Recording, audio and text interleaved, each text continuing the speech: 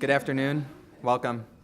Thank you for joining us at this panel event entitled The Renewable Fuel Standard, Critical Issues in Food and Fuel. I'm Brett Nadrich. I'm the editor-in-chief of foodpolicy.us. This event is co-sponsored by foodpolicy.us and Smarter Fuel Future, and co-hosted and then co-sponsored by NYU Oxfam and the NYU Environmental Studies Club. We encourage you to live tweet tonight's event using the hashtag food versus fuel. That's food vs fuel. And please use tweet at us at foodpolicyus or at smarter fuels. A little bit about foodpolicy.us. We are a multimedia platform for dialogue about critical issues in our food system. We organize panel discussions such as this on topics ranging from the food versus fuel debate to GMO labeling, international food aid, local food systems, aquaculture innovation, and a variety of similar topics. We are based in Washington, D.C., though we do events such as this in New York City and around the world. Again, really focusing on connecting stakeholders across diverse sectors, trying to get chefs talking to students, policymakers talking to business leaders, and really forging these connections. A bit about our co-host. Smarter Fuel Future is a group of organizations and individuals from around the United States who are concerned about the negative effects of the Renewable Fuel Standard, or RFS, and have come together to encourage the federal government to pass smart energy policies. The current RFS, enacted in 2005 and expanded in 2007, requires increasing amounts of biofuels, most notably in the form of corn-based ethanol, to be blended into the U.S. food supply. Originally designed to help reduce America's reliance on foreign oil and improve the environment, the actual effects of the law have been contrary to its intended goals. Ethanol mandates raise food prices, put engines of all types of risk in danger, increase emissions, negatively alter land use, hurt efforts to curb global hunger, lower fuel economy, and cost consumers more at the pump, all at the expense of American taxpayers. Many of Smarter Fuel's active organizations include food and anti-hunger groups, agriculture and livestock producers, consumer advocates, engine enthusiasts, and more. Smarter Fuel's goal is to raise awareness about the numerous implications of current U.S. biofuel policies and call on lawmakers to revisit the RFS. More information about this can be found on the handouts which we've provided to you. At this point, I'd like to introduce our panelists and moderator. Sasanka Thilakasiri is the policy lead for International Financial Institutions for Oxfam's Food Climate Justice Campaign, which works to secure food justice in a climate-constrained world. Dr. Carolyn Dimitri is an applied economist with expertise in food systems and food policy. She is currently on the faculty of the Department of Nutrition, Food Studies, and Public Health of New York University. Dan Soloway sits on the city and state boards of the New York State Restaurant Association and is on the advisory board to drive change. Joel Berg is executive director of the New York City Coalition Against Hunger and a senior fellow at the Center for American Progress. He is also the author of All You Can Eat, How Hungry is America. And finally, our distinguished moderator is Melody Barnes, CEO of Melody Barnes Solutions, a domestic strategy firm and vice provost for global student leadership initiatives and senior fellow at the Robert F. Wagner School of Public Service at New York University. Ms. Barnes also serves as a senior director at the Albright Stoneridge Group, a global strategy firm, chair of the Aspen Institute Forum for Community Solutions, and on the board of directors of the Marguerite Casey Foundation. Without further ado, I'd like to turn the panel over to Melody and our speakers, please. Thank you.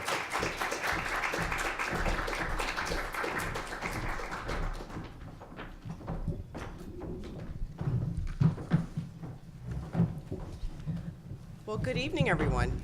It is a pleasure to have you here and looking forward to the opportunity to engage in a conversation first among the panel up here and then with all of you sitting in the audience. So as you go through, you may have walked in with questions, but certainly as we have this conversation, think about the questions you want to have. We will reserve time at the end so that we can engage with you as well. As Brett said, my name is Melody Barnes, and I am pleased to be here with this fantastic panel, and folks from organizations I've worked at in the past, as well as my NYU colleague and new friends as well. And I will also say I'm here in my capacity as a senior fellow at the Wagner School and vice provost here at the university, and excited about the opportunity to engage in a robust conversation about issues that are so important to us, not only domestically, but globally. But I also want to say that this has no reflection on anything that I've done in the White House. This has no reflection on any positions with the administration, so don't try and draw connections between those two things. This is really to serve as a moderator in what I think will be a very interesting conversation. And with that, I would like to start out with my NYU colleague, Dr. Dimitri, who, as Brett said, has background and expertise not only in food but also in economics, to provide us with a baseline and background and some history on the renewable fuel standard, with a particular focus, Carolyn, on the connection with the food versus fuel debate that we want to have tonight. Okay, I will give you a very short introduction, which I think I can really only scratch the surface here. And thank you for that introduction, and welcome, fellow panelists. I guess I'd like to start this by saying the whole thought of using biofuel to power our cars has been something that's been percolating around for well over 100 years. And in fact, if you go back to the time of the Model T Ford, there was a lot of experimentation done, by USDA scientists and by people in the auto industry, even though it wasn't really a true industry then, to decide, should we be using like petroleum-based fuels or bio-based fuels for our cars? And for one reason or another, it's kind of a long story I'll put aside for now, there was this settling upon using petroleum to base fuel for our cars.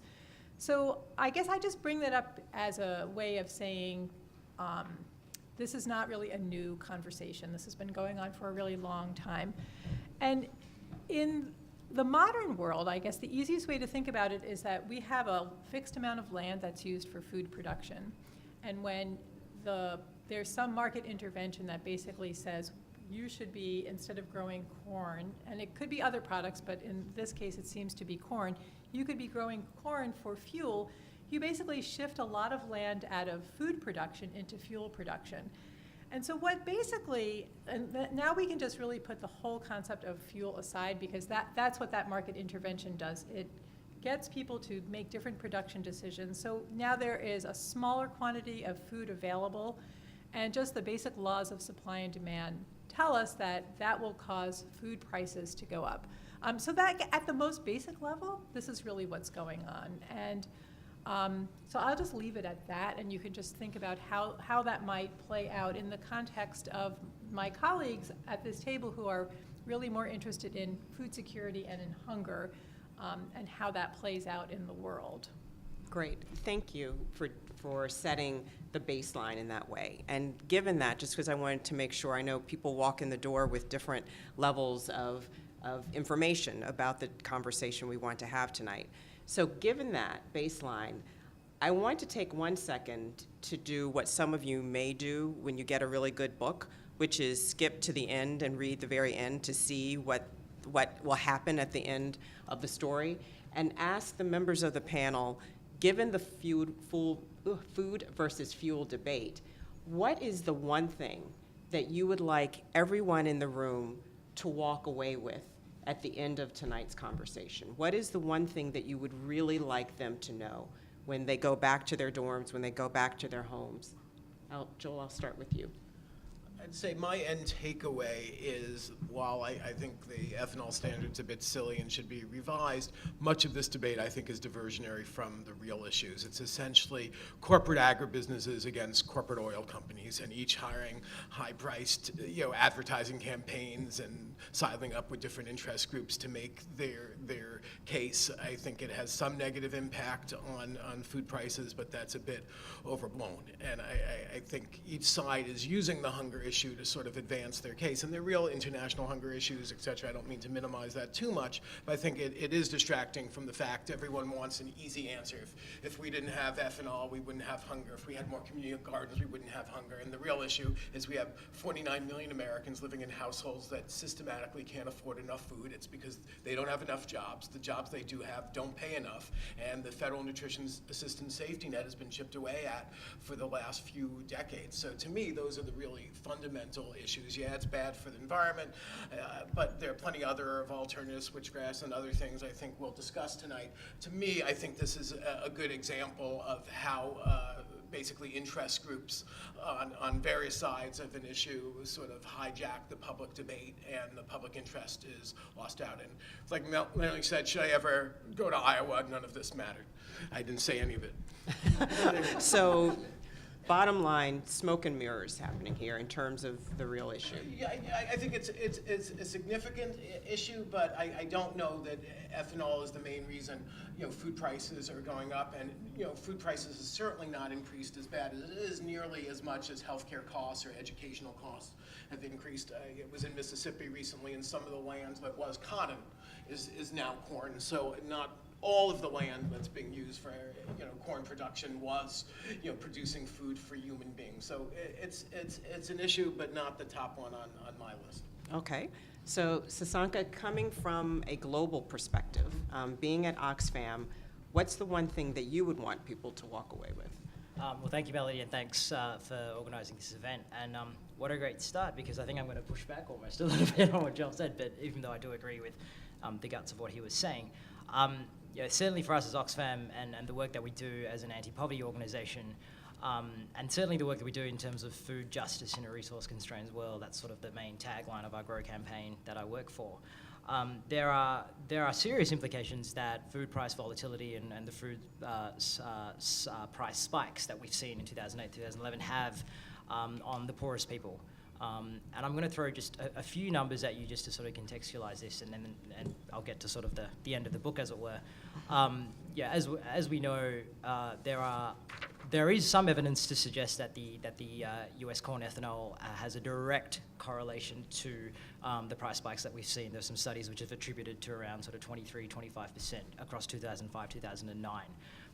That's number one. Number two, there's been some strong evidence to sort of show the direct impact that this has on developing countries, particularly those that are net importers of corn. As we know, the US is the largest exporter of corn, and corn is a big staple for a lot of the poorest people. And I should also say that for people living below the poverty line of $1.25, food represents anywhere between 60 to 80% of their total income. So very subtle changes in food price spikes can throw them back into poverty.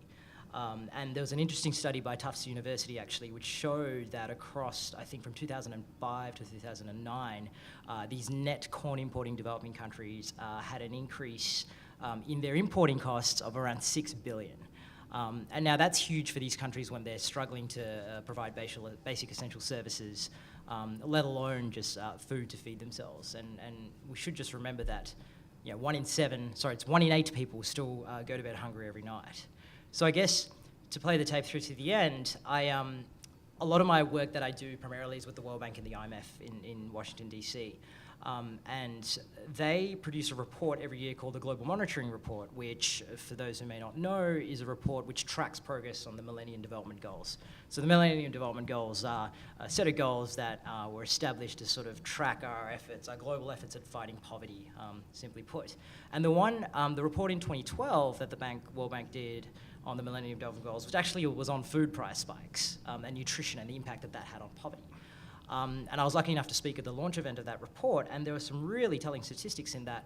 Whilst we've made some serious efforts in trying to fight poverty and get people, so we've got a Millennium Development Goal number 1 is to get, I think it's, what is the goal? Eradicate extreme poverty, loosely said. It showed that the susceptibility and vulnerability of the poorest people living below $1.25 per day to the food price shocks can dramatically throw them back into poverty. I think it was like 44 million people alone were attributed to the 2011 price spike. So that would be my main takeaway message, that whilst we might be able to absorb it domestically, and it is a real problem domestically, no question, those are hits that the poorest people certainly can't take at all. So it's really worth focusing on the global implications that it has, and then there's obvious environmental and security issues associated with that. Great, thank you. Carolyn? Okay, thank you. So my main takeaway is that we live in a resource-constrained world, and there are multiple policy goals, and the goals could be improving climate change, reducing emissions, domestic food security, international food security. And when we attack one of them, we have these unintended consequences in other areas. So I think the fact that policy is implemented at a national level and has global implications makes any discussion very complicated. So what I would like you to take away is that there really is no one-size-fits-all answer, and it's how do you meet these competing needs? And the fact is, in the US, maybe we don't really care very much about hunger in other countries because it's not internal to the borders of our society.